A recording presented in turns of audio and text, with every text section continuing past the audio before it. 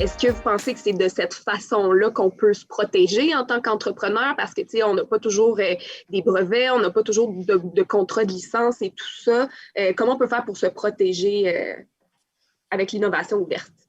Il y a 2 choses, qui sont, clés. C'est, comme l'a dit Sylvain, de savoir quelle valeur on donne et en échange de quelle autre valeur. Donc il y a vraiment une analyse à faire, de ce point de vue-là.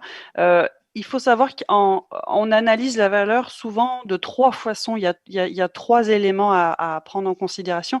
Il y a la valeur de connaissance, donc le savoir qu'on a, jusqu'à quel point on peut l'ouvrir ou pas, jusqu'à quel point on peut le partager ou pas.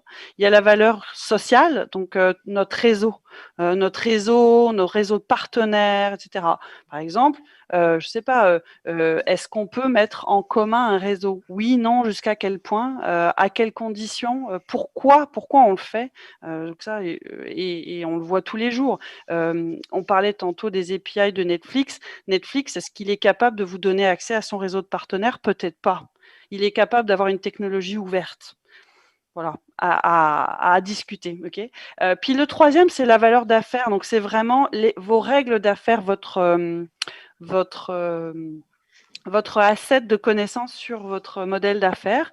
Là aussi, est-ce que vous pouvez le partager ou pas? Est-ce que vous pouvez l'ouvrir pour quelle valeur et jusqu'à quel point? Est-ce que vous êtes capable de partager des bénéfices et des coûts? Oui, non.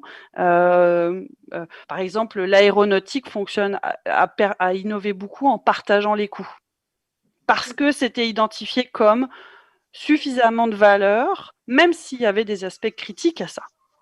Mais ça a permis effectivement à l'aéronautique de se développer, alors qu'ils étaient arrivés à un point où individuellement, son consortium, ça ne fonctionnerait plus.